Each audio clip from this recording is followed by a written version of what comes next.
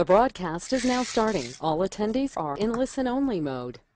Hey everybody, this is Mike Long, and welcome you to Sunday NHB.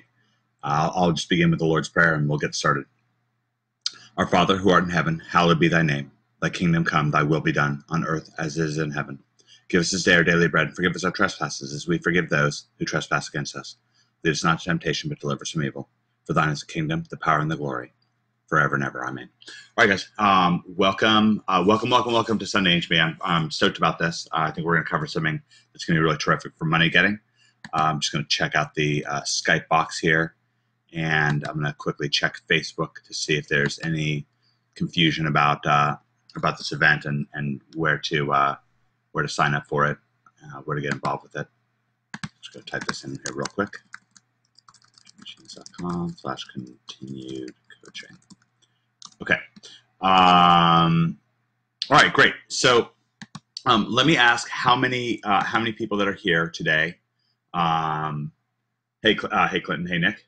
Excited? Oh, Nick, this is your first NHB Webby. Oh, you're in for a treat. This is cool. This is different kind of stuff, kind of small coaching. Now, this particular event is a bit different than the way that Greg runs things. Greg typically runs things as a strict Q&A about SEO is pretty much the way it works for Greg. He'll answer a few other questions. Pardon me. About he might answer a few other questions about money getting and so forth. My events are every other week. They're on Saturday or Sunday. They alternate Saturdays and Sundays. Today, of course, is Sunday, and I try to strictly focus in on money getting. I know Penguin 2 is out right now and people are excited about it. It's possible that I can mention a thing or two about Penguin 2, but really, tomorrow Greg will be back at it, and you got your Monday and your Wednesday webinars with him, and that's a great opportunity to take care of that. Today I want to talk about what we always talk about, which is money getting. Now, let me ask how many people here on this event, and I guess you can type this either in the, I don't know, I guess there's probably not as many people logged into the Skype channel as normal, but we have a lot of people on the actual GoToWebinar. Let me ask you, did anybody here get the opportunity to watch the Capture His Heart? Did anyone here, I kind of put that out as a, Clinton, you did watch it? Gary watched it? Fletch watched it. Hey, Fletch, how's it going, man? Yeah, Clinton did watch it. Okay, great.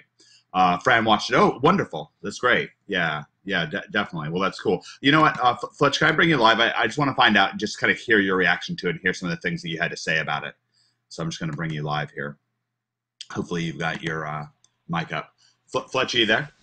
Yeah, I'm here, man. Hey, man, thanks so much for taking your valuable time and coming live here. I'm curious just to kind of verbally hear just some of your impressions having watched this sales letter, some of the things you got out of it, maybe some of the questions that you had, just kind of your ideas surrounding what it made you feel like, things that came up like, is this really true? Or, well, how do they do that? How does this work? Just any kind of questions that you had surrounding this sales letter. Yeah, no, a couple interesting things that I did make note of were primarily the fact that you don't even really know what this was until, like, I don't know, 75% of the way through the video. Yeah. It talked about really what it will do for you. Yep. But as far as, like, what the actual offer is, that didn't even come up until much, much later, which I thought was, it was compelling in that, it doesn't matter really what the product is. It matters what the solution is, really right. what it's going to do for you. Uh-huh. That was something that jumped out at me. And then just how we fit in all the different elements of, compelling copy in a video format. Okay. Which, and what were some of those elements that you saw? Just talking about, his, about who he was, about the problem and making it worse, and then, the whole kind of secret that this, underground type, lady knows these things but doesn't want to come public with it, and, the fact that he was actually, the reason he's doing this was because he was, I don't want to say duped, but he was actually, caught this way. Yeah, kind of the which I hook. thought Yeah, was, like yeah, this kind of worked on me, and that's why. it worked And on me, right? yeah, exactly. And let me just I think everything you're saying here is super valuable for anybody who hasn't watched this letter yet. So first of all, if you're watching this on the replay, now's a great time to pause and go to capturehim.com and watch. Really, I would recommend to watch this whole thing. This is a winning letter right now. You don't necessarily have to buy it, okay? But just go ahead and experience the video sales letter. That's number one. Number two, to give you a synopsis of what's going on here. The name of the author here is Michael Fiore. In reality, he is Chris Haddad. I actually started talking about this. Let me see, Chris Haddad. I actually started talking about this particular. This is Chris right here. I met Chris when I went to Vegas. Chris is, really one of the dangerous copywriters out there. Very, very brilliant, very intense, very studied, very practiced. Tons and tons of success. He got his start in the internet marketing space, just like me and David Mills. And well, I guess me and David Mills actually really started in magic, but pretty early on we got to the internet marketing space. And Chris, he was a ghostwriter for other authors. They would, not even for other authors, but for gurus who wanted to kind of sneak him in the back door to write a really winning sales letter or video sales letter for a ClickBank offer or for a launch or something like that. And then Chris would come in and supply the winning copy to get people to stand up and pull out their wallets. And he became dissatisfied with it pretty at some point where he really started becoming very successful. And the guru would do a multi-million-dollar launch, and then he'd make $10,000 or $20,000, or something like that. And he just thought, well, they're not really selling much here. Why don't I just come up with my own offers and use my own skills at sales to make them? And so that's what he did. He went over to the relationship advice niche and started writing as Michael Fiore.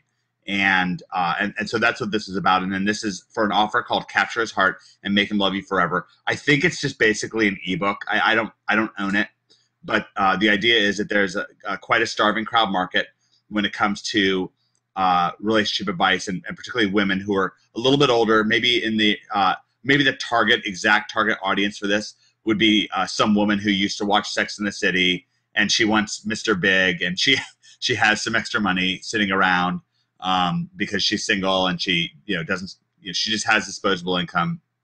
She maybe has a good job. Maybe she makes $100,000 a year or something like that. And that's the target market for this. And by the way, I'm not really recommending that you get into that market particularly. I'll probably talk about a few other really great markets. I alluded during the OMG webinar, the red carpet webinar that we had the other day, that really the whole spirituality market, law of attraction, is really, really strong. Stuff like The Secret and so forth. That's a really strong and really this market is a little bit beginning to become saturated. Relationship advice. There's starting to be more and more competition, but in terms of some really wide open markets, really spirituality is super wide open. Also, health and fitness tends to be a much bigger market. But this is great because I know about this. I know the details. And of course, if you want to promote this, that's great.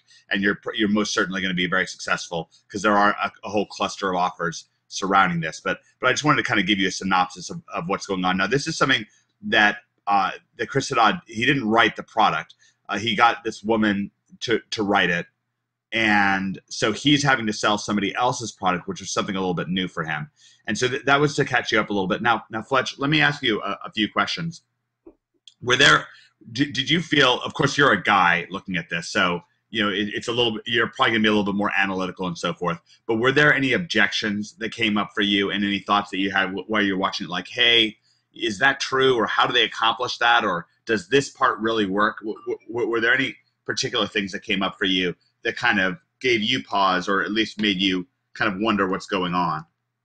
Well, just as a guy reading it, I started thinking about the psychology of, attraction, of course, and, just that there's like three things that any woman can do to drive a guy crazy. And there were some things I'm like, I don't know if that's really true. Right. There were some things that it seemed like it made it a little too simple, maybe. Yeah, yeah, because his bullets, when you get into his bullets, when he writes his bullets, they just sound so fantastic, right? Like the Yeah, way to, yeah, they're pretty over the top. wink your eye. Like it doesn't matter if you weigh 300 pounds and if you, um, and if you've never worn makeup in your life, and if you smell bad, and he doesn't actually say all this stuff, but I mean, like based on what he's saying, like any woman, no matter what shape she's in, no matter what her social skills are, she can just make almost any man, go to his knees and just succumb with, to total lust, or forever. Is that kind of what you're talking about? I'm exaggerating a little bit.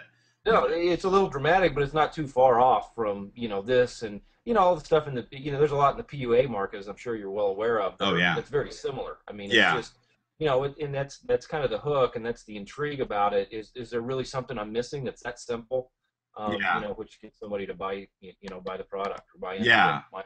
Absolutely. Well, I really like that. I think that that's really valuable. I think that kind of hits the nail on the head of where I wanted to sort of take things with this letter. Now, Fletcher, you've been in the online marketing space for a while. Have you ever seen online marketing letters, maybe ClickBank offers or anything like that a little bit remind you of this letter? Oh yeah, there's a there was a product, I don't know, an ad popped up on Facebook that I clicked through to check out, and it was one of those push button software that will deposit $10,000 a week in your account kind of Right. thing. And it's almost that level of, and that's kind of what I'm pointing to, is that it's almost that level of fantastics that he is going to, and I'm trying to give a balanced perspective here, because Chris is brilliant and exceptional when it comes to sales letter writing, sales letter delivery, and I do believe that he wants to provide a good product for his customers. Okay, so that's on the one side of things. On the other side of things, you do get a bit of a sense of, maybe there's, like, at some degree you feel like some degree of exaggeration with this, like inherently. Would you say that's correct? Yeah, and I think one of the things that may have been or made it that way for me was that there was not it was it was not discussed at all as to the effort it would take for the girl to do any of this. Okay.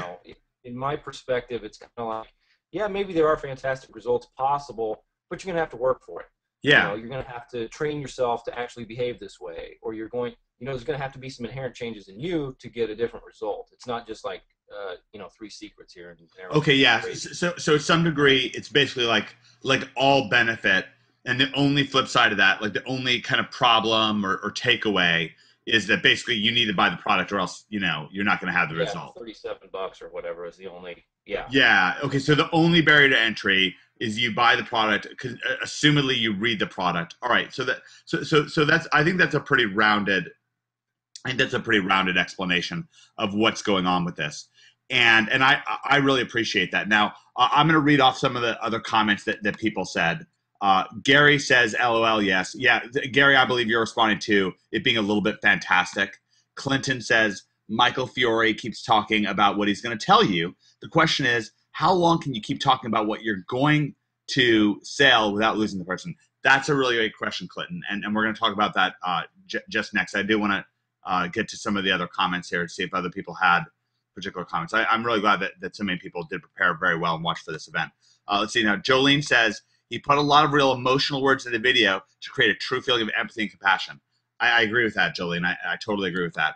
And Jolene also says, I think it was overkill. However, I'm not the one who's desperate to find a guy. Yeah, Jolene, I take it you're married and you're happy and everything like that. Absolutely. Okay. So what I wanted to talk about today, and I also wanted to bring this back to something that Clinton posted about on Facebook, because Clinton was talking about, because I don't want to just purely make this about affiliate marketing. I know that there's always we always try to cover with OMG and NHB, and with Endgame coming up here. We always want to cover affiliate and local, because they both have angles, and there's probably, if you spend 10 years or 20 years as an internet marketer, you're probably going to wind up doing a bit of both, or quite a bit of both. So we want you to be prepared for both, and they're both great opportunities. Now Clinton, what Clinton brought up, actually, what I'll do is I'll bring Clinton live just for a few seconds. Fletch, I'm going to leave you live if that's all right. Yeah, that's cool. And I'm going to bring Clinton live just for a few seconds, and then I'll take Clinton back out so we don't have too many people on. Clinton, do you have a microphone? Let's find out. Clinton, are you there? I got a microphone. Great, Clinton. Thanks for joining us. So could you somewhat restate the thread that you put up on Facebook? I believe it was last night, and then I responded to you a bit because that was a little bit on my mind as I prepared for this event and to try to draw things together with Capture His Heart and Make Him Love You Forever as well. Yeah, so basically the big thing I want to do is work on my sales technique because I'm not a sales guy.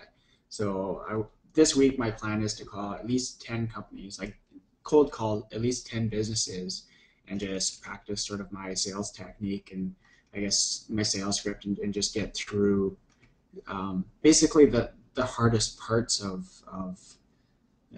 sort of getting out of my comfort zone and kind of figuring out what works and what doesn't work and whatnot. So, because yeah, it's I'm the guy that would prefer to stay behind the screen and work on the computer, but without sales, I mean, it goes nowhere, right? Well, and you're right, and the thing is that ultimately, I kind of answered your question. I said that I would talk about this, and I said it has a lot to do. The answer to your question has a lot to do with stump speaking, which is something that got you excited. I had heard the phrase stump speaking before I started studying Ronald Reagan, but really with Ronald Reagan, he helped me really understand the mechanics behind the stump speech and how it really works and how it's really exceptional. Actually, if I go to youtube.com right here, let me just go to YouTube. This is a speech. I believe I've handwritten this entire speech. It's quite long. Reagan. Actually, I can just go to Google and find it. So if I go to google.com and I type in Reagan, the speech, then this video, this first video that comes up right here, actually, when David Mills and I started promoting this video, it only had a small number of tens of thousands of views. And now you can see it's well over 500,000 views. We sent a lot of visitors to this, and we actually really jacked the rankings on it for a lot of keywords all the way back in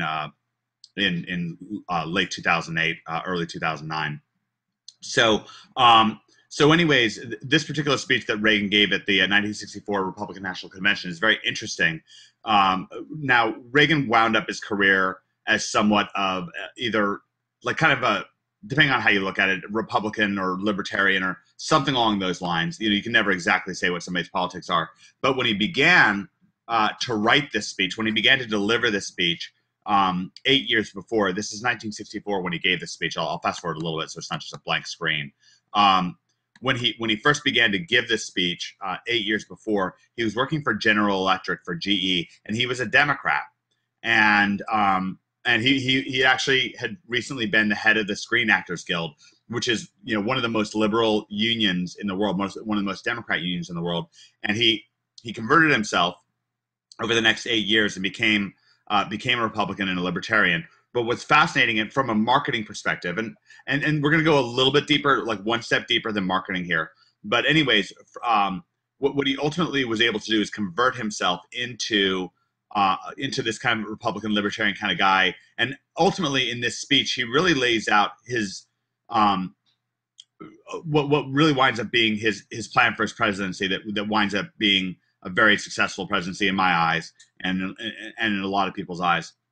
But he talked about how, kind of behind the scenes a little bit, or even in his speech and so forth, he talked about how he really began on what he called the mashed potato circuit.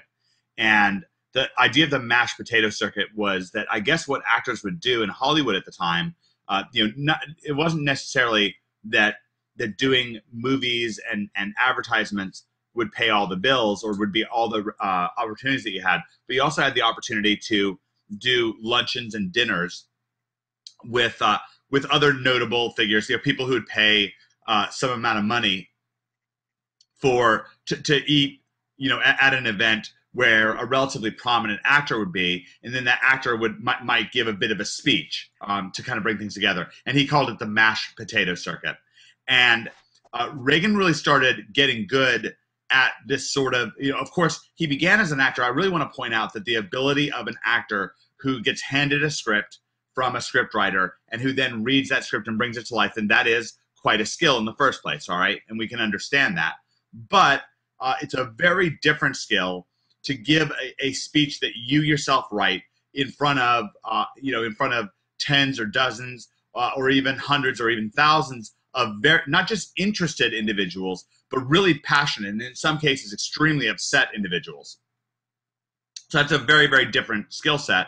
And that's how he began. It was like on this kind of mashed potato circuit. It's the way he talked about it. When he joined GE for the next 8 years, he would give speeches at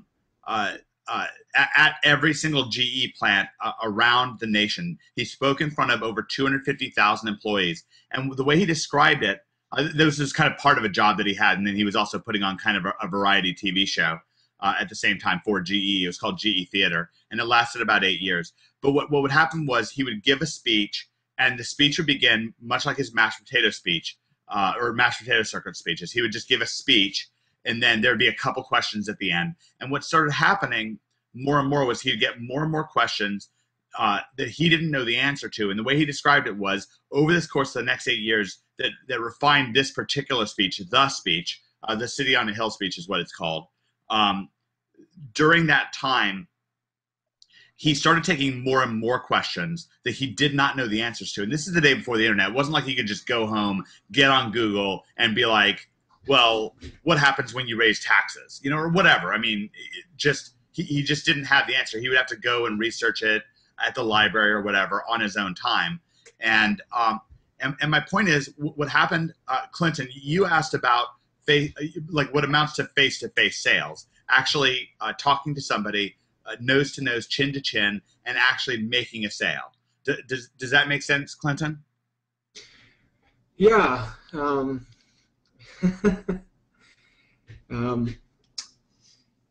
Yeah, it makes sense. Yeah, it seems to be that practice, right? Because I think it sounds like what Ronald Reagan did too, right? He just kept doing more and more of what he didn't know. And when I bring up Chris Haddad, and I'm going to don't get me wrong, like I'm not just going to say the answer is that you need to work harder. See you later. Thanks for joining NHB, right? Like, obviously that doesn't particularly make sense. Of course, we're always focused on providing you with ready to go shortcuts. Okay, things that you can apply, and I'll get to that. And by the way, one of the shortcuts is face-to-face sales. That's something that Chris Haddad has done a lot. That's something that I have done a lot of. It's something that I do still to this day. Any product that I'm involved in, I'm still actively kind of selling it or talking to people about it, even just in my real life, in my ordinary life. And it's not like I'm running around selling copies of OMG right and left. It's not like I go to the grocery store and I stand around selling, Endgame at the grocery store. But that said, I would, if somebody was really excited and really wanted to know what's the best way to get started with internet marketing right now, then I'd say, yeah, if we have some space available, Endgame is definitely the way to get started, right now. And if you want to keep on going and keep getting better and better, then our flagship program is NHB and it's extraordinary, so forth. I would talk about it. I have no problem with that when it comes to NHB, or if it was a different product, if I was still selling Magic, Magic Secrets or something like that, I'd be comfortable doing that. I talked about how, let me see. Now, I want to make sure Gina Wang just joined NHB, and I wonder if, okay.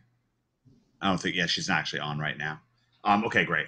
I just wanted to make sure that she could get into the event if she was looking to. So yeah, there's something about this face-to-face speaking with people that winds up being a shortcut. But I do want to talk about kind of what Fletch was talking about when it comes to the very nature of the offer, because I think that's the push-pull that Fletch was feeling here. Clinton, thank you so much for coming live. I'm going to mute you for a second. I may bring you back on, okay. but just for a second, just so we don't have to deal with a number of. Now, Fletch, are you still there? Yeah, I'm here, man. Okay, so part of the push-pull that you're feeling with this, like you felt some good things about this letter for sure, no question, where you're like, that I can take to the bank. This video sales letter, capture his heart and make him love you forever. I'm sure that there were things about this that just unlocked ideas in your mind for how to make more sales locally, or if you started going and doing affiliate marketing. So no question, to some degree, it was just pure good. But then you also, when I'm talking about push-pull, you also felt a creative tension where at some level your BS radar went off and you're like, I don't feel like this is true. Like, or I feel like this is at least an exaggeration.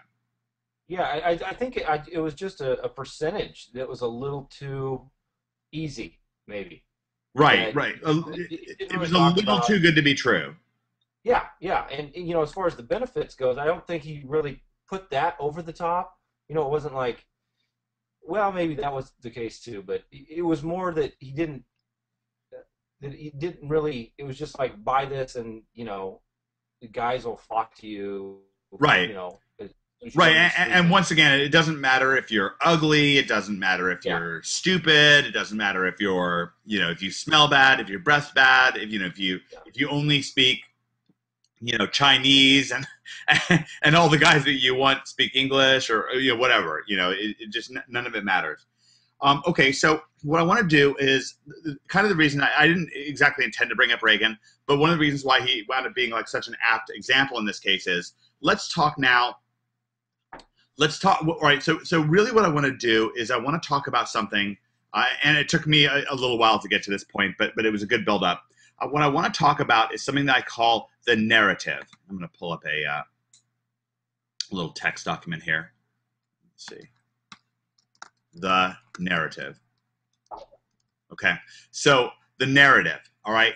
And the narrative winds up being an extremely important idea when it comes to not just conversion, not just website and client conversion, but it winds up being a very important part of the entire, really of our entire relationship with other people.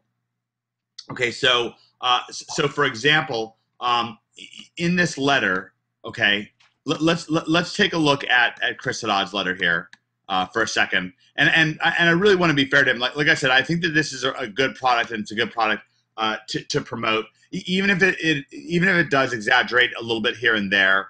Ultimately, I do believe that people getting this product are going to no question get well more than $74 or $47 of value out of it. So I'm not I wouldn't bring something live that was just complete trash. And I mean, and if I did, I would say this is complete trash, but let's figure out how to get the good out of this complete trash. The offer itself is bad and will hurt people, but then they're doing a few things that are smart in the marketing, and let's look at that. Okay, I'm not saying that in this case.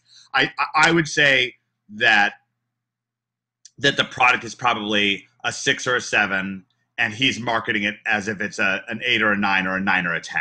Something along those lines. I do believe that there's one, 2, or 3 steps of exaggeration in there, but it's not like the product is a 0 and he's marketing as a 10. It's nothing like that. And there really are push button millions courses and stuff like that where or where literally people they're teaching you. Of course, it's understandable in any sort of a relationship advice product where you'll probably teach a few things that if you're not really, really, really on your game, if you're not somebody like David Mills or something like that, where you're probably going to slip up here or there and imply a few things that you probably shouldn't have, and that's understandable. But it's not like lock, stock, and barrel. This is garbage, right? This will ruin your life if you listen to it. And really, it's probably a pretty good product. It probably gives people some good tips in the right direction and so forth. And so it's certainly worth promoting, no question. But what I do want to do is I do want to talk about what's going to happen if somebody buys this, right?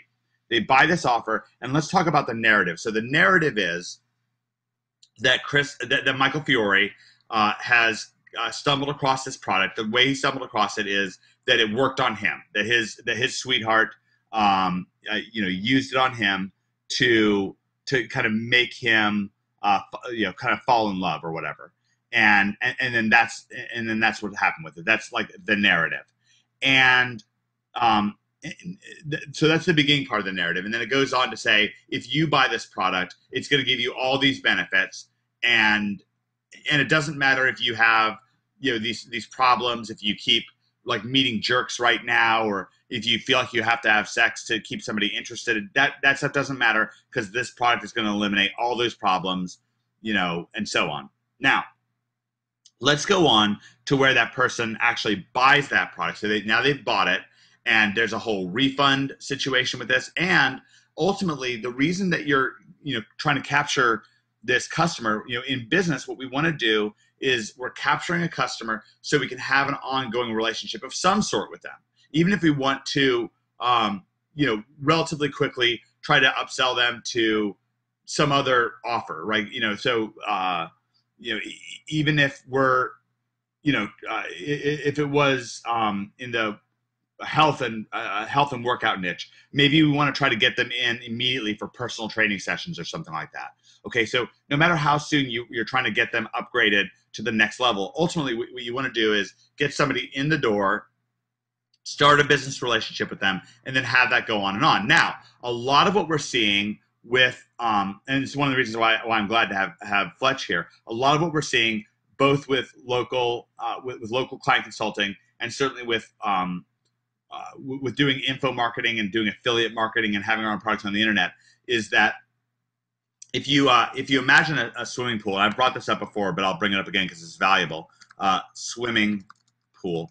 If we look at a normal swimming pool with just say a diving board, I'll just find a swimming pool here somewhere that has a diving board. Let's see here. None of these have a diving board. I guess diving boards are okay. So this one here. All right. So this swimming pool has a diving board, and we understand just from experience that as it gets darker down the way here, is that from the top down, the swimming pool looks the same. If you're looking at it from space, you'd think that one side of the swimming pool is the same as the other side of the swimming pool. But we know in reality, because we've got this diving board here, that the water down at the deep end is probably 8, 10, 12, 14 feet deep. And at this other end of the pool, it might only be 2 or 3 or 4 feet deep, right? So the last several feet of the swimming pool, like for example, the one half of the swimming pool, the deep end of the swimming pool, the deep half, obviously has way more water than the shallow part, okay? And it could even be, like if the water is like 14, 15, 16 foot deep at the deep end, it could even be that the last few feet of the swimming pool has as much water as the entire rest of the swimming pool. And this is something that we really want to keep in mind when it comes to our customers, because for example, with Greg with client consulting, and I think that Fletch, correct me if your experience is different, but ultimately there's a very different experience. Like a few of your customers can pay a lot of your bills. Is that true? I don't know if Fletch is still on. Hopefully I still have him. Yeah, I think Fletch. I had it muted, Mike. Okay, no problem. Yeah, I'm here. Yeah, I had it muted. Sorry about that. No, that's absolutely the case. I wound up with a couple clients that are more than making up for the income that I was trying to replace. When I got into online marketing full time. So. Right, and it was absolutely the same thing for Greg, and really for even with me and David Mills, where we're doing a lot more affiliate marketing and a lot more products of our own and so forth, it's still a small handful of customers.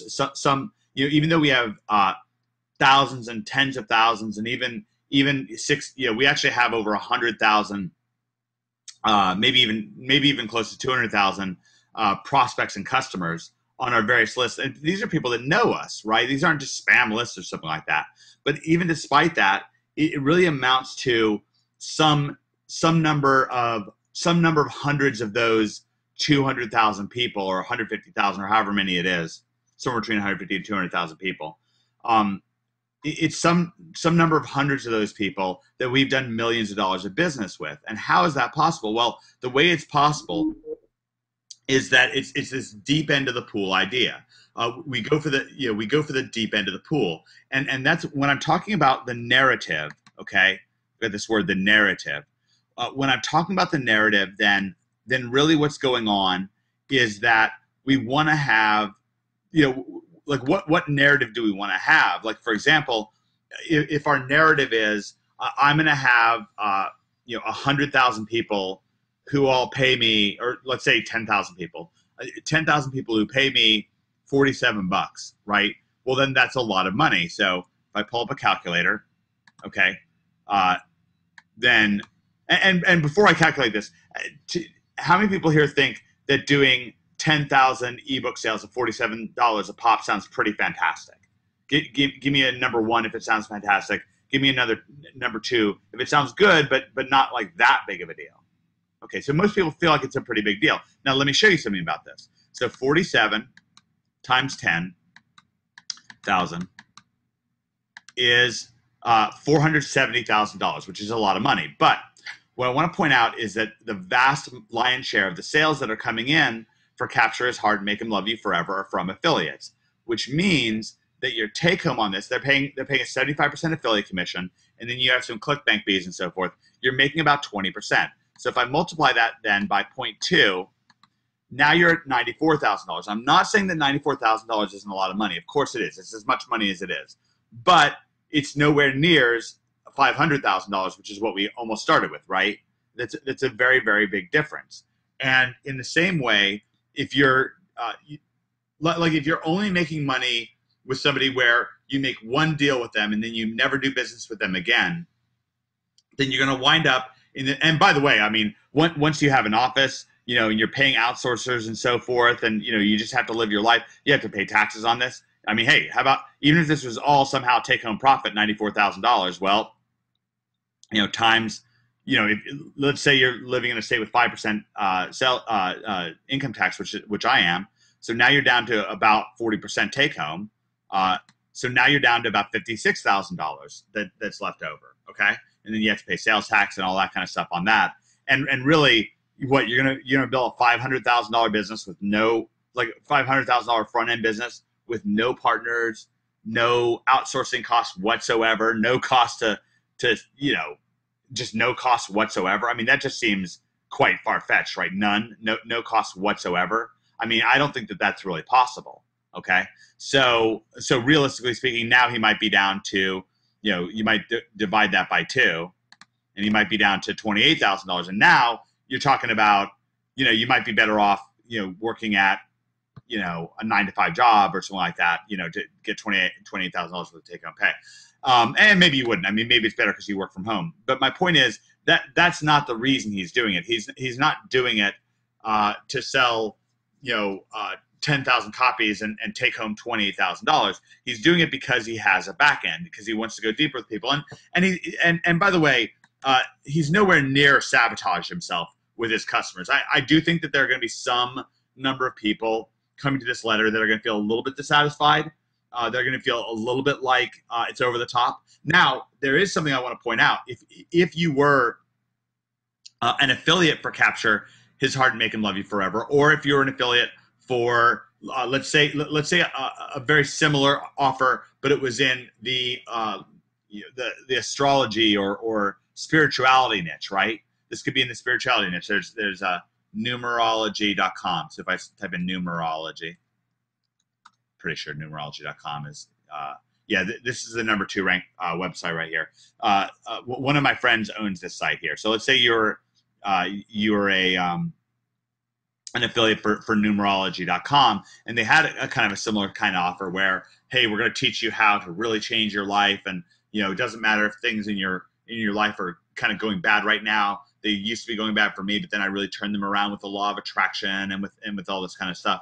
Then again, you might wind up with a bit of an exaggerated situation. Maybe it takes a lot of intensity and a lot of focus to apply the law of attraction. Maybe maybe you're gonna have to put up with some ribbing from your friends, and maybe there certainly could be a number of conditions involved with that make it a little bit more a little bit more detailed than just you buy this book and suddenly you get all these benefits. And so one of the things, as I was talking about Reagan, his offer when he was on the mashed potato circuit and in his early part of his careers, and he was a Democrat, what he found at that time was that the answers that he had, especially the more he had to face people face to face, the answers that he had kind of memorized that he thought were correct, they were dissatisfying to him. They weren't really answering the question. It wasn't really a matter of, at the time, for example, the unions were very, very, very strong, and a lot of the union leaders were in communication with the Communist Party in Russia, the Soviet Communist Party directly, and in a lot of cases even taking orders from them. And so a lot of the literature and a lot of the propaganda coming out from the American unions had to do with directly espousing anti-capitalist principles, like capitalism is bad and communism is kind of good.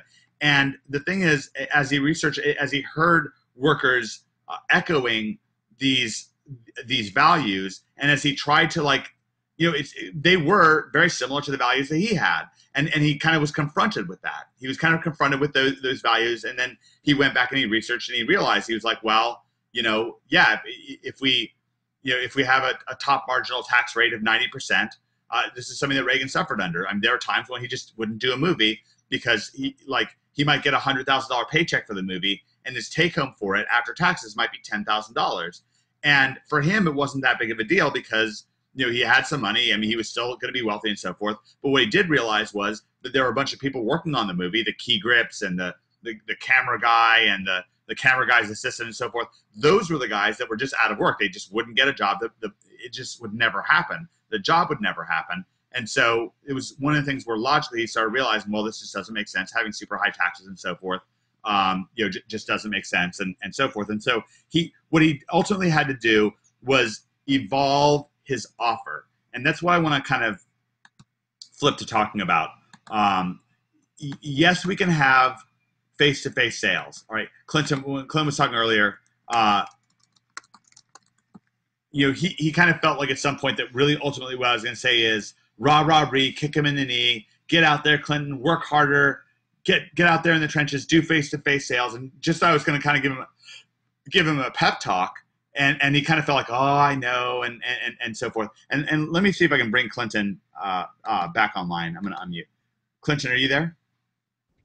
Yeah. And for a second there, it wasn't that you were thinking that I was going to do that, but for a second there, I heard in your voice, I feel like you were saying, okay, yeah, I understand. I just have to work harder, and that's the bottom line. Do you think that that's true of your emotions? I'm not trying to put words in your mouth. My wife just walked in as you asked me the question. Can you ask the question? Yeah. When I was first talking to you, and I started talking about doing face-to-face sales and so forth, I kind of heard in your voice like, yeah, I guess I just have to go out there and work harder, and that's all it is. And like there kind of was nothing more to it. Like I was basically kind of giving you what amounts to a pep talk to just go out there and work harder. I'm not saying that ultimately that is what I was saying, but at least at some emotional level, I felt like you felt like that might be what's going on, and that might be the only answer.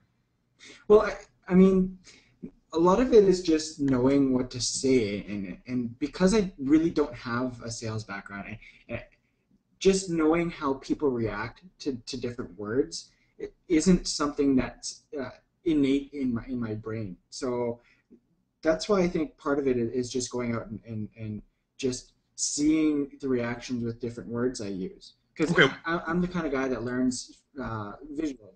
So well, going out and just seeing how that works. Well, and there is a truth to that, okay? Face-to-face sales is extremely important, but what I want to do, and part of the whole purpose, every time I do one of these NHB money getting events, I sort of have like an overall reason why behind it. I have sort of an overall nefarious plan for things to really give you an additional edge. So yes, you're way better off going for getting down face-to-face sales than turning a blind eye to it. Absolutely no question. But what I want to do is I want to get one level deeper, just one level deeper to really give you an edge. And this is sort of something you can probably understand at this point. Fletch is starting to get along with things. And for those of you who don't know Fletch's background, he was really struggling online and with his job for a long time. More recently, he's really started having some pretty serious success. Last couple months, I don't know the exact numbers and so forth, but it's not too uncommon. A couple times Fletch has even deposited as much as $20,000 into his bank account in a month. And that comes from a heightened skill and a heightened awareness with this stuff, okay? So that's one of the reasons why I wanted to bring Fletch along. He's a little bit at a different place when it comes to understanding this stuff, and that's fine. But what I want to do is I want to go a little bit deeper, one level deeper, because there was a certain creative tension that I expected and that Fletch had. And it's a little bit where we can see, Clinton, where you're in a little bit of a different place. And it's in contrasting those things. And then I'm in a little bit different place than Fletch is in, just with certain skills. There's some things that, Clinton, there's going to be some things that you're better at than both me and Fletch. There's going to be some things that Fletch is way better at than me and you. It's not about like who's better at what, but right now we're just talking about this cornerstone skill of money getting when it comes to online marketing. And so that's something that I'm really a world master at. And what I'd say is, Clinton, you're getting started and you're on a great track. Something I would call the understanding line, where on the far left side of things, you don't really understand how to do something. And on the far right side, you're really a master at it. And then, Clinton, you're a little bit more towards the left, a little bit more towards getting started, although you've had some success. Then Fletch is more towards the middle and getting more towards the right. And then I'm a little bit more towards the right. And one of the distinctions, see, Clinton, when you look at this video sales letter, you see something different because of your degree of sophistication with things. Now, 2 years from now, it's going to be totally different. You're going to see it totally differently, and that's great, and you're going to get there. And likewise, 2 years down the road, Fletch is going to be much more sophisticated. He's going to see it differently, and me as well. Now, one of the things is Fletch has a creative tension about reality. Okay? This is something right now, you're at the stage of things, Clinton, where you're thinking about the actual face-to-face sales, and that's a little bit confronting to you. And that's where you're at on the timeline of things. What Fletch is starting to confront is reality, the reality of the offer. And Fletch, are you still there? Am I putting words in your mouth when I say, like one of the main things that really jumps out at you about this letter is just, is it real? Is this sustainable? Yeah, I would say that's a very good synopsis.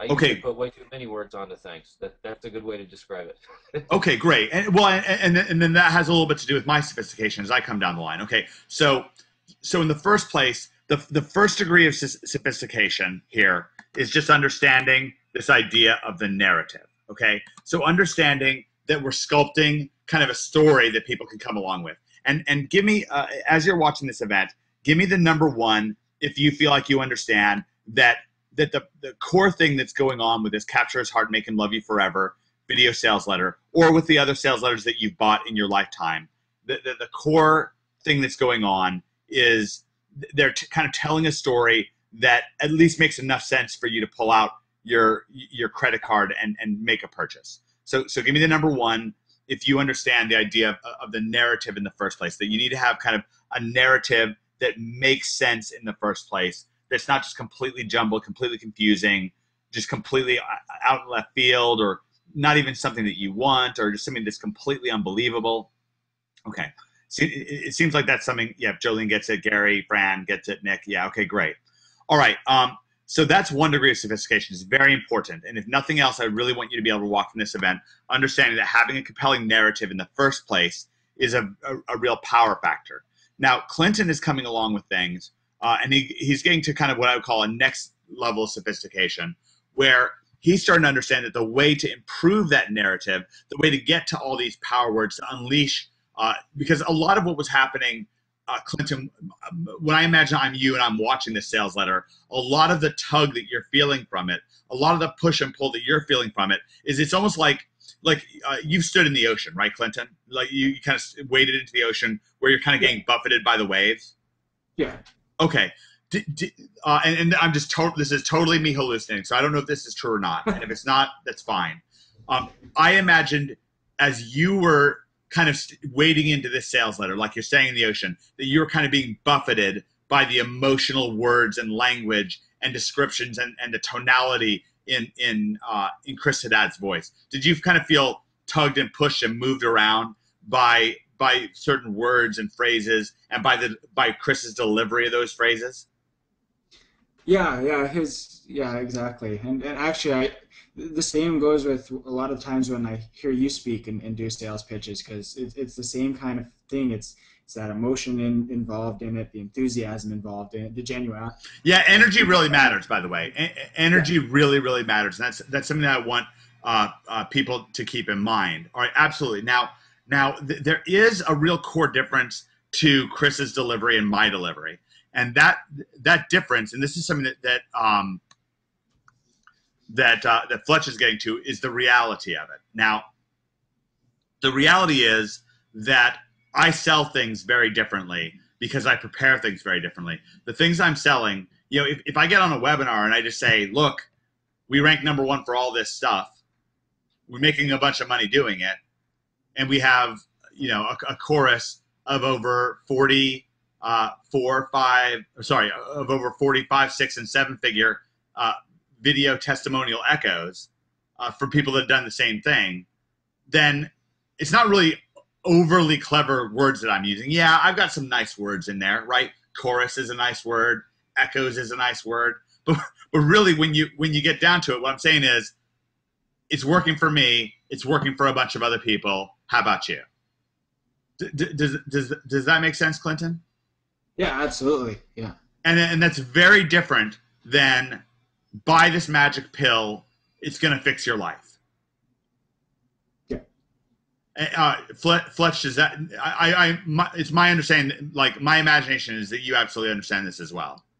Oh, absolutely, Mike. I think that's one of the primary reasons that I, when I did get involved with you guys, was able to have so much success very quickly, just because I did understand that was something that was not just a product that was going to make you guys a lot of money, that other people had used it. It really resonated with me. And so not only I think that does it probably cause a lot of people who have that reality picture in mind to take action and buy the product, but I think it also helps them actually use the product after they've purchased it. If it takes it to that next step. So yeah, exactly. So one of the things that I do, what I'm doing is, realistically speaking, Chris Haddad's a better writer than I am, guys. Okay, it's not a problem. I don't mind saying that. I mean, he's great. Okay, he's greatness. He's incredible. Me and David Mills and Greg Morrison are coming out with a relationship advice offer later on this year, and when we do, we're going to we are going to get a consulting with Chris. We're going to ask Chris for his help. We're actually going to pay him for consulting advice because he's really a great writer. Now, what we've done differently is the time that he's honing his craft and honing his writing, we're usually putting more into the offer. Okay. And this is what I kind of want to get to. This is kind of like the final degree of sophistication is, what's the offer? Okay.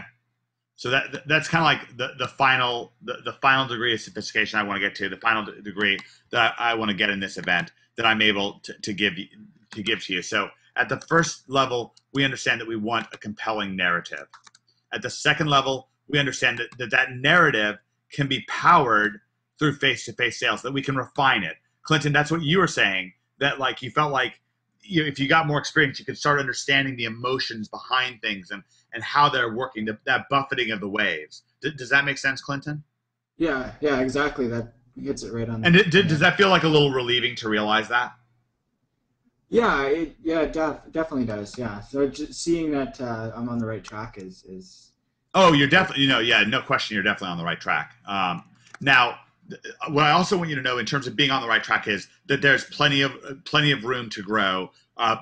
Both for you and for Fletch, and you guys are both doing great. Like, you both are absolutely in the right place. Everyone here is in exactly the right place, but there's just plenty of room to grow. What Fletch is starting to come to grips with, and I'll tell you this, I see Fletch, in the when I see Fletch's posts in the Facebook group. How many people have seen one of Fletch's posts and you just get this feeling like, man, Fletch is working his ass off right now? Like, give me the #1, and I'm going to type in the #1. I'm not trying to influence you, but I'm going to type in the #1 because that's the way I feel. Like, give me the #1 if you look at Fletch's posts and you've seen Fletch's posts. And yeah, exactly. So we've got over half the people that are here, and of course, some people might have other things going on. Gary, Clinton, Fran, Fletch knows who he is. Yeah, exactly. Jolene says. No, Jolene says Fletch has definitely got it going on, but here I'm going to something a little bit more sophisticated here, a little bit more. And that when I say more sophisticated, I don't mean somebody's better than somebody else. I'm just talking about what I would call the understanding line. Okay, and let me kind of, this is kind of the premise of this lesson here, relies on something I would call the understanding line. So if we have a line, let me just underline here. Let's see here.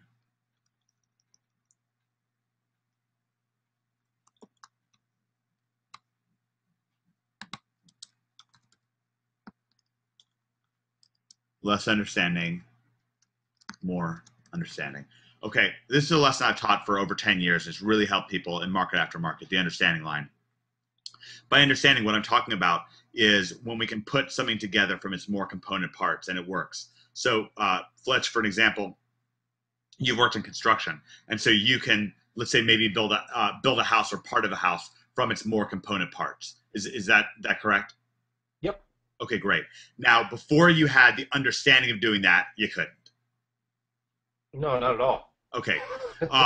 And a more masterful builder than you, then what would make that guy more masterful than you? And you may not know the answer, but I do know the answer. I'm just curious for your guess. What I'm thinking of. Well, the two things that jump to mind are, one, to not have to think about what you're doing, to have it just be a process. So it's even more effortless is one. Okay, great. Yeah, and then the other is to be able to delegate it well and to scale it on that level. That's very interesting. That is a symptom of what I'm going to say. Okay, both those things you're saying are a symptom of what I'm going to say. With greater understanding, what that allows you to do is build something from its more component parts. Okay, so for example, with a Ferrari, okay, if you have a great Ferrari Formula One mechanic, then the difference between him and the guy down the street at your local Ford dealership, everyone here understands that the Ferrari Formula One mechanic is going to be much more masterful than Jimmy at the Ford dealership, right? I think everybody understands that. But what makes them truly different?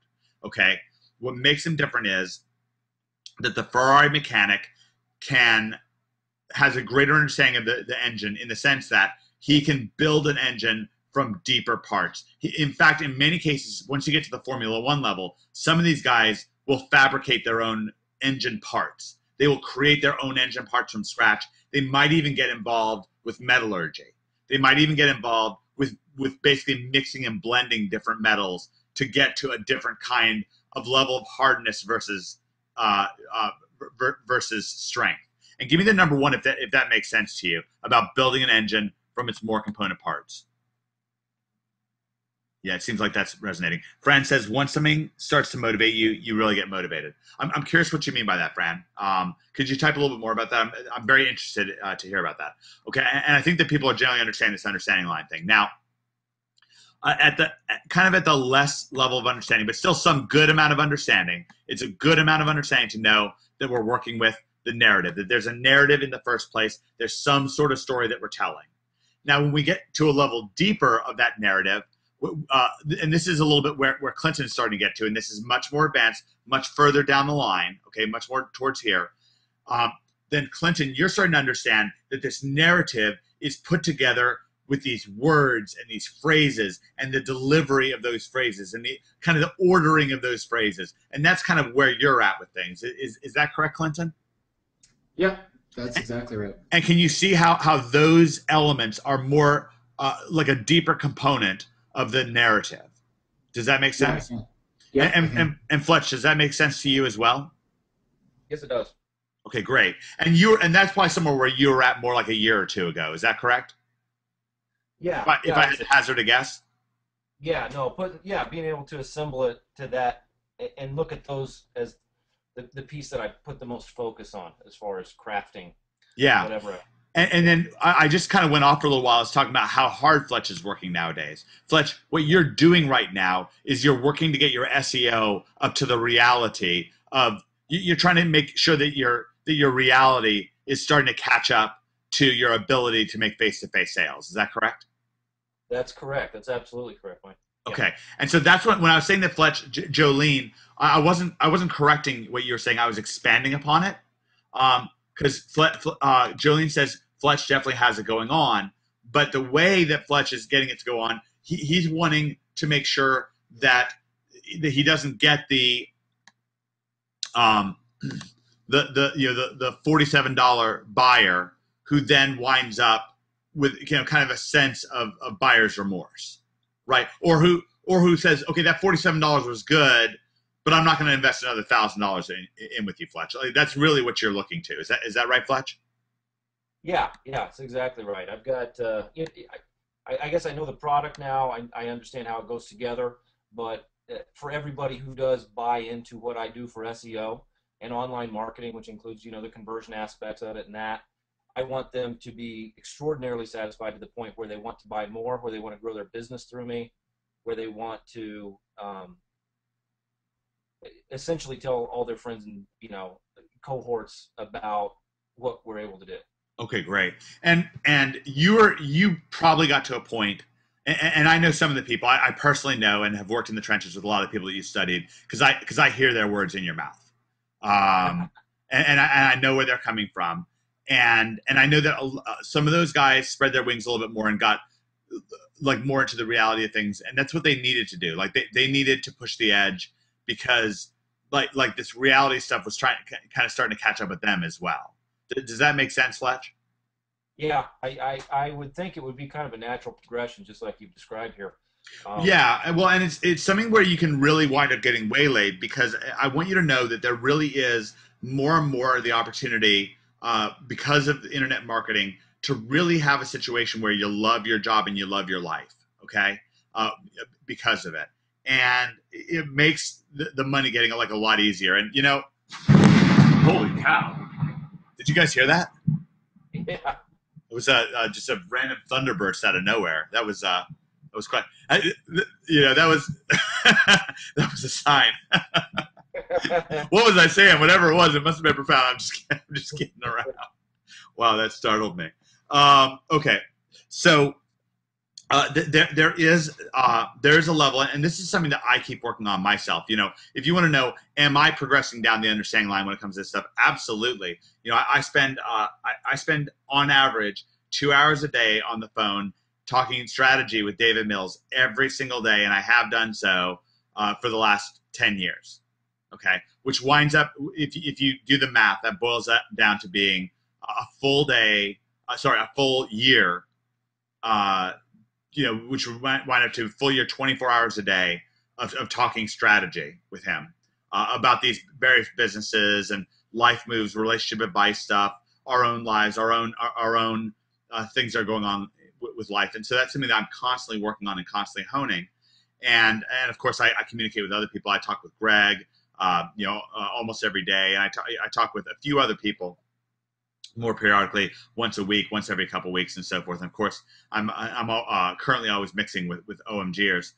It's a lot of where I am right now with things, and so I'm trying to progress down this line as well. So I don't want you guys to think that I have every last answer and all these things, but where I'm at, to give you a sense of where I'm going with things, is I'm getting deeper into the offer. And what I've never been able to do is I've never been able to have me and David Mills, and we're quite joined at the hip at this point. Most of our business ventures, many, if not most of our business ventures at this point, in some way, shape, or form, to a large degree, involve Greg Morrison, because he's just awesome.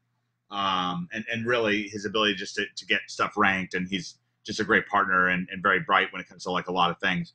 But anyways, we've never been able to like really design a business from scratch, and going into like 2013 for us really is a year of tooling up, where we're trying to get to the point where we can kind of from scratch design the business that we want, instead of constantly slapping band-aids on a business model that we don't like nearly as much.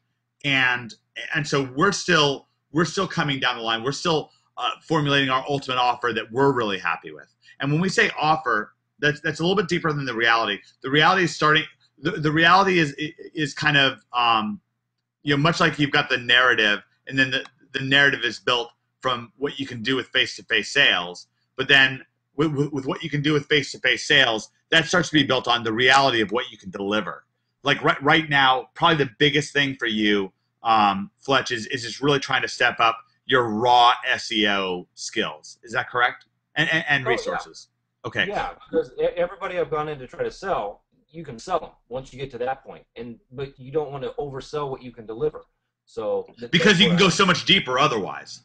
Yeah, exactly. If you just wait for your SEO, if you build up your beast and your ability to link and get on page stuff working and convert on the web page, then it's just no question. So it starts becoming a matter of reality of the delivery of it, and ultimately with NHB, this is really kind of our aspiration, is to get everybody to this like reality level and to start aspiring to this offer level. And what I'm talking about the offer is, this is something that's a little bit more cohesive. Now, the good news is NHB is very close to, or it is just such an offer, where it really is an extraordinary offer. Endgame is the same way, and you guys will start getting a chance to look at Endgame starting in the next few days, where the offer really is something that's just so extraordinary that the offer kind of tends to carry itself. And it's also, see, the offer has to do a lot with boundaries.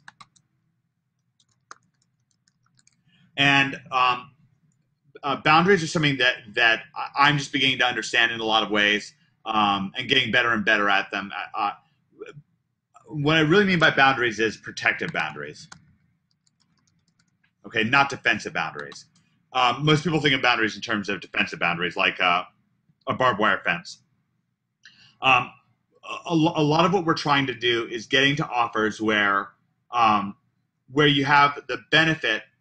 So, for example, with Capture His Heart and Make Him Love You Forever, one of the good things is that once somebody buys this product, then what they're not offering in this offer, and I do want you to notice that, is a bunch of, let's say, customer service and a bunch of, we will answer all of your questions no matter what forever.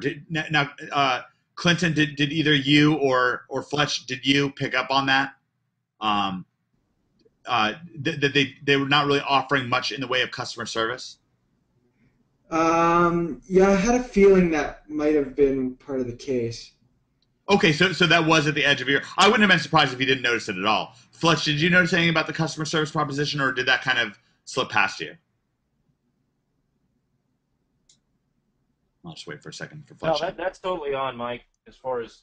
Yeah, that boundary thing you just talked about, I wish I would have known that in my previous business, because it would have saved me a lot of hassle. Well, and that's something that's going to help you get to the next levels, to start getting through this reality step and really getting it down and getting to this offer step, is understanding protective boundaries. Because, for example, one of the extraordinary things, if you look at the whole engineering, the way that David Mills designed NHB and its interaction with OMG, I don't get into talking about this too often, but to me it's kind of interesting. We have no employees, none, zero, okay, 0 employees. For outsourcing, almost all the outsourcing that we do is just involved with a raw SEO that me and David and Greg would have done anyways, and then we just happen to show you guys as we're doing it, okay? So in that sense, OMG doesn't particularly have any outsourcers even, okay, at all. So all of the work then of OMG, if you take our rankings as a given, which we'd have something ranked anyway, we'd be working on something, okay? In a few cases, we put something together just as a fun case study, but then even then we sell it, right? Like at Seattle Real Estate Agents, we sold it. Delaware SEO, we sold it. Like, so even the things that we're putting together as case studies, they wind up being like sellable resources, okay? So at that point, we really have no, like our fixed costs and our variable costs are close to nothing. And what that allows us to do is offer like a $20,000 coaching program for like in the $2,000 range, okay? As is the case with NHB, or what amounts to much better. There was an offer that me and David Mills sold over $10 million worth of, well over $10 million worth of, and people were very happy about it. That was like basically like 3/4 of what you get with Endgame.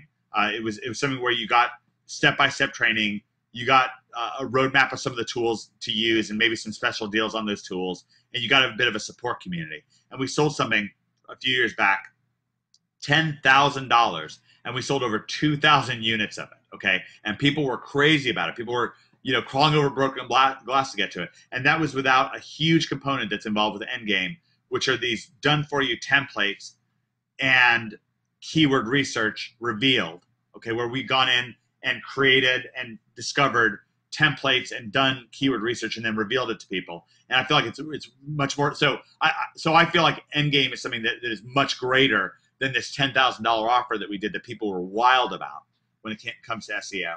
And so now, how did we do that? Well, one of the ways that we accomplished that was bringing our hard costs down to nil. All right, and we did that with boundaries. So, so let me ask you this: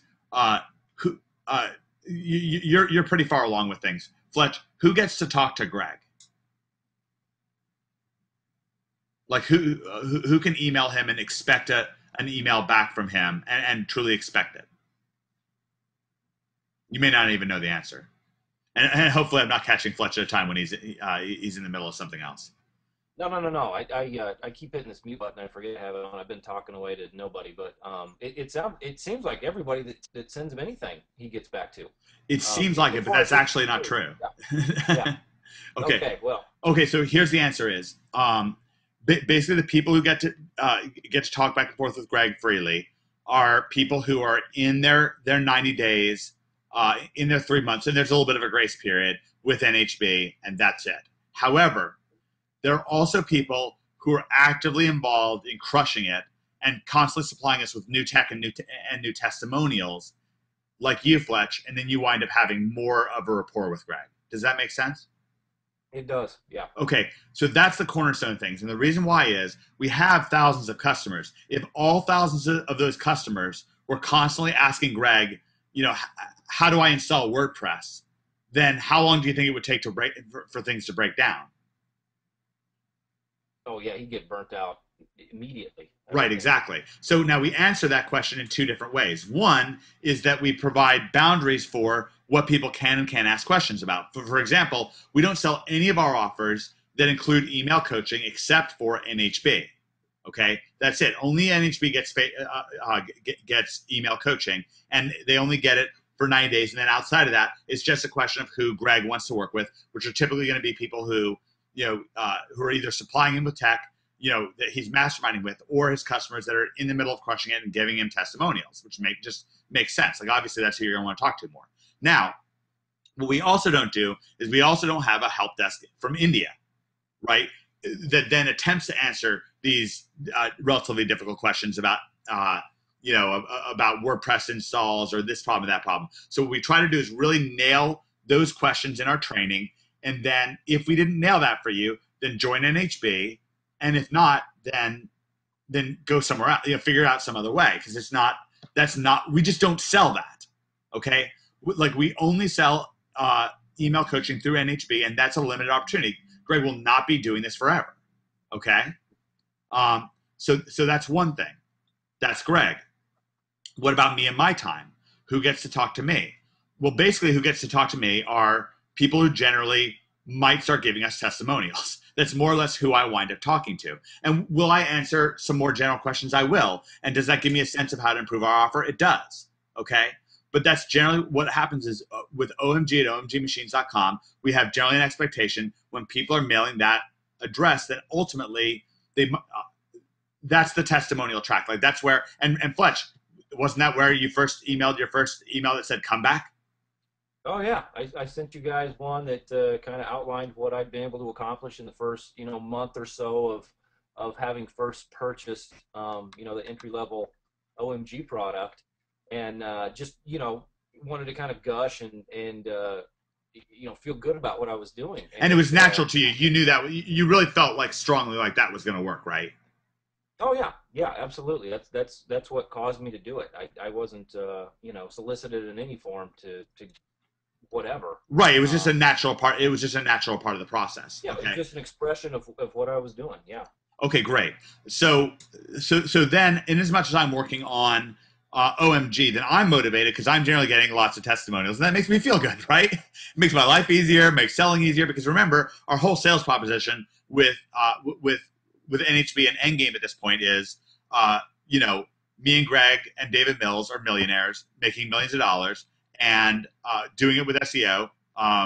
And we have a chorus of over 40 5, 6, and 7-figure video testimonial echoes of people all the way from, you start with beginners and 2 left thumbs when it comes to tech, all the way to advanced people who've really taken the next step. And that's what you get.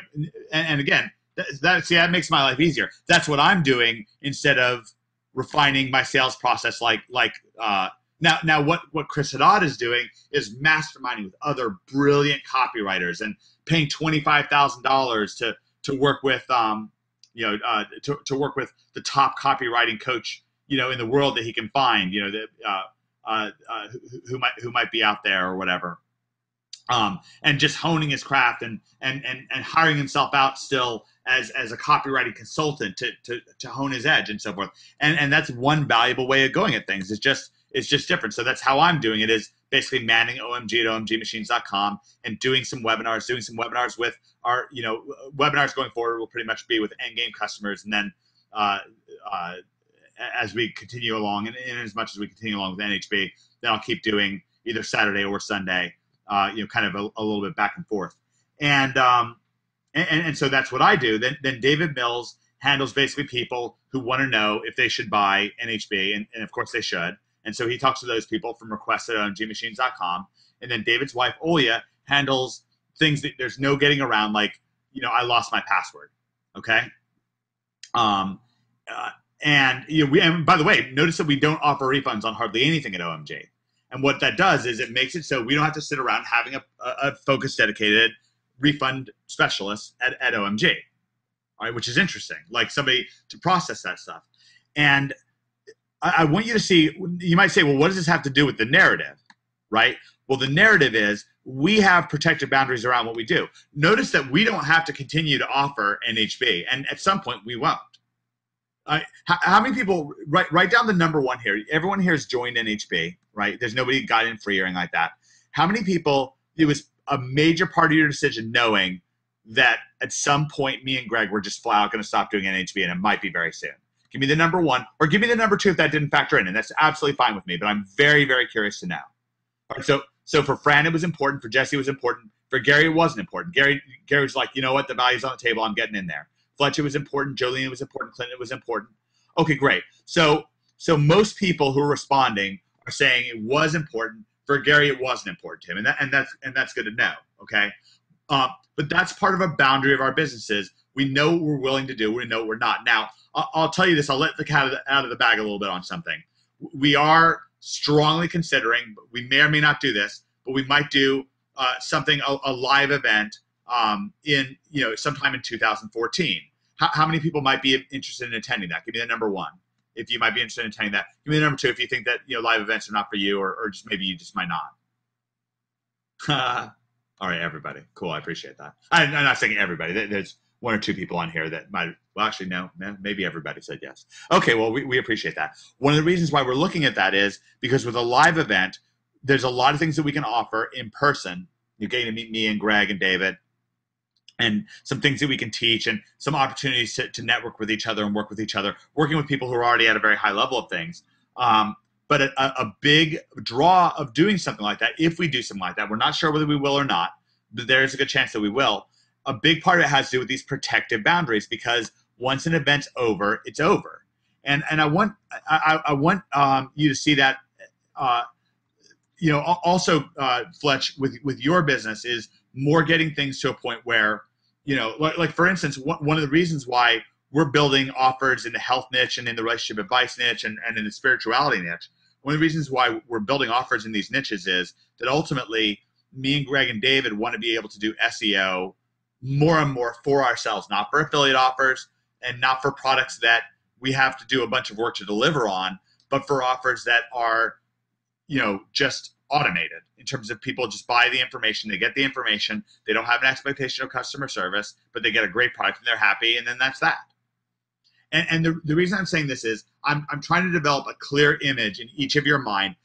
Where do you place yourself? Give me, and I'm not going to reveal who says what. Okay, so this is totally blind. Tell me where you are at in this understanding line.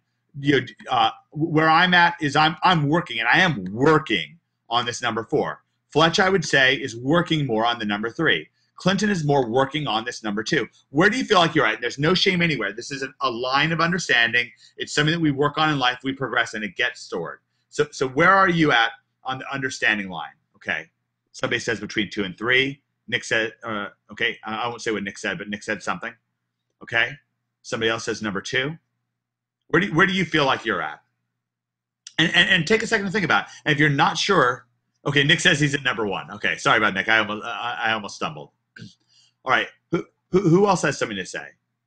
Where do you feel like you're at on this line?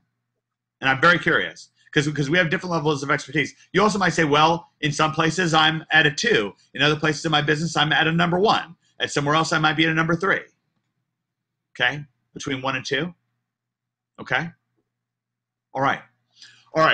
So with protective boundaries, what that allows us to do is that allows us to say, this is what my offer is. You're getting this. You're not getting that.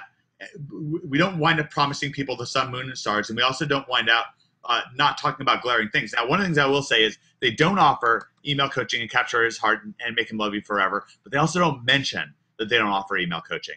Now, how many people noticed as you went through the OMG sales process that we specifically came out and said on our non-NHB offers, all of our non-NHB offers, I believe on all of them. There may be 1 or 2 that we missed saying this, but it's pretty 1 or 2 places. I mean, we tend to tell people up front that we do not offer email coaching outside of NHB. How many people noticed that? You may not have noticed it, but give me the number 1 if you noticed us saying that at some point, and give me the number 2 if you didn't notice it.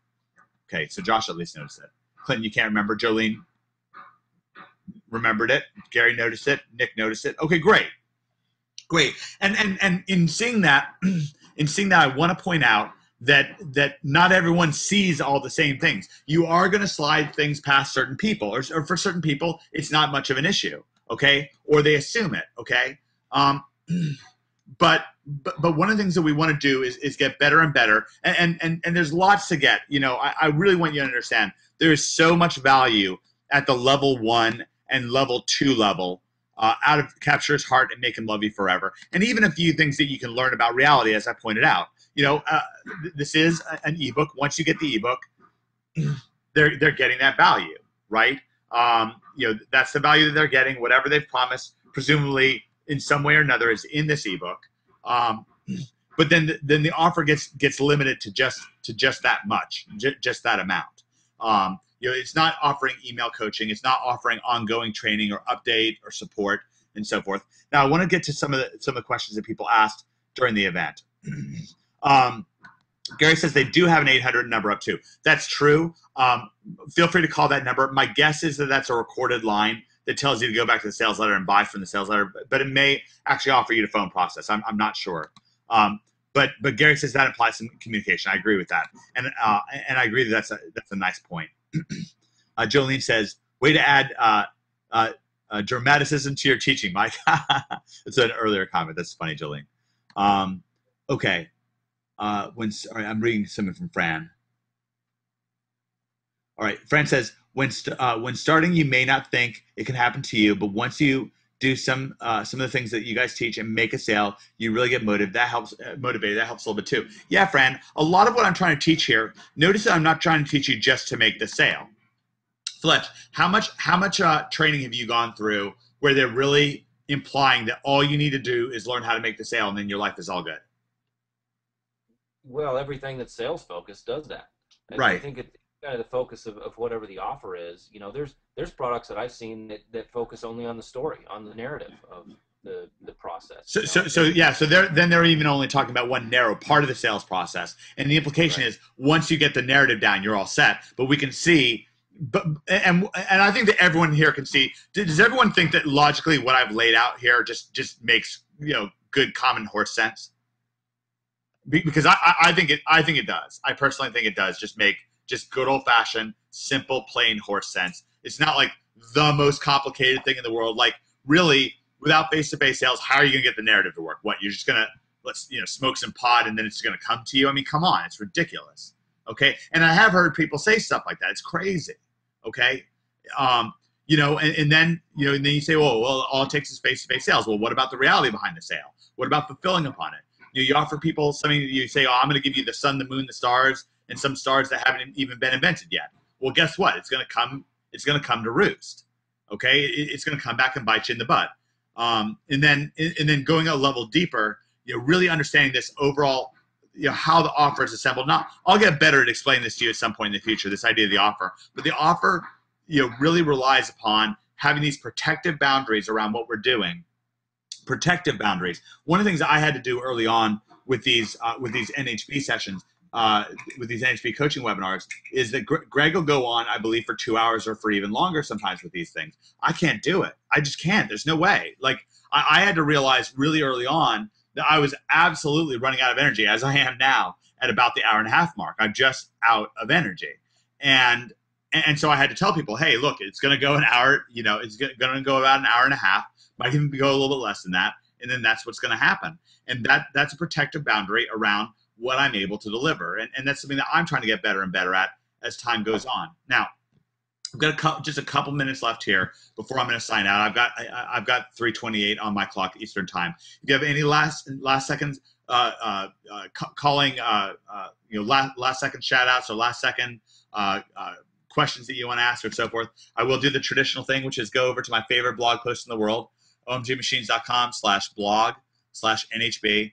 And, if you enjoyed this lesson and what you've been getting this week, especially this extraordinary, gangbuster stuff that Greg is teaching about Penguin and or Penguin 2 and getting you past that. And if you felt like today's money getting lesson was important to you and valuable to you, post a comment. Last week, we got a couple comments in, one from Alan, one from Gary. I'm deeply appreciative. Every time we get a comment in, especially in this Facebook section, but also in the regular comment section. Oh, we got a new one here too. I can tell. I really keep track. I visit this often once a day. It's always very important to me. It's motivating to me. You can see Alan had actually posted it earlier, and then he posted again. I'm very appreciative of that. So thank you, Alan, for that. We also have 83 Facebook likes on this page. That matters to me. A Google Plus and a tweet. So anytime you get a chance to do that, really, really appreciate it. It's valuable to us every time. And just generally, I just want to thank everybody for coming on this event, taking your valuable time. Can I get a special thank you for Fletch and for Clinton for coming on and sharing their valuable time here, and their insight I kind of put them under the microscope a little bit. I had no idea that Fletch was going to be on. I figured Clinton might be on because of what he said on Facebook. Fran says thanks, guys. Nick says cheers, guys. Jolene says thanks, Fletch and Clinton. Appreciate it. Absolutely. I want to thank you guys. I'll type it in.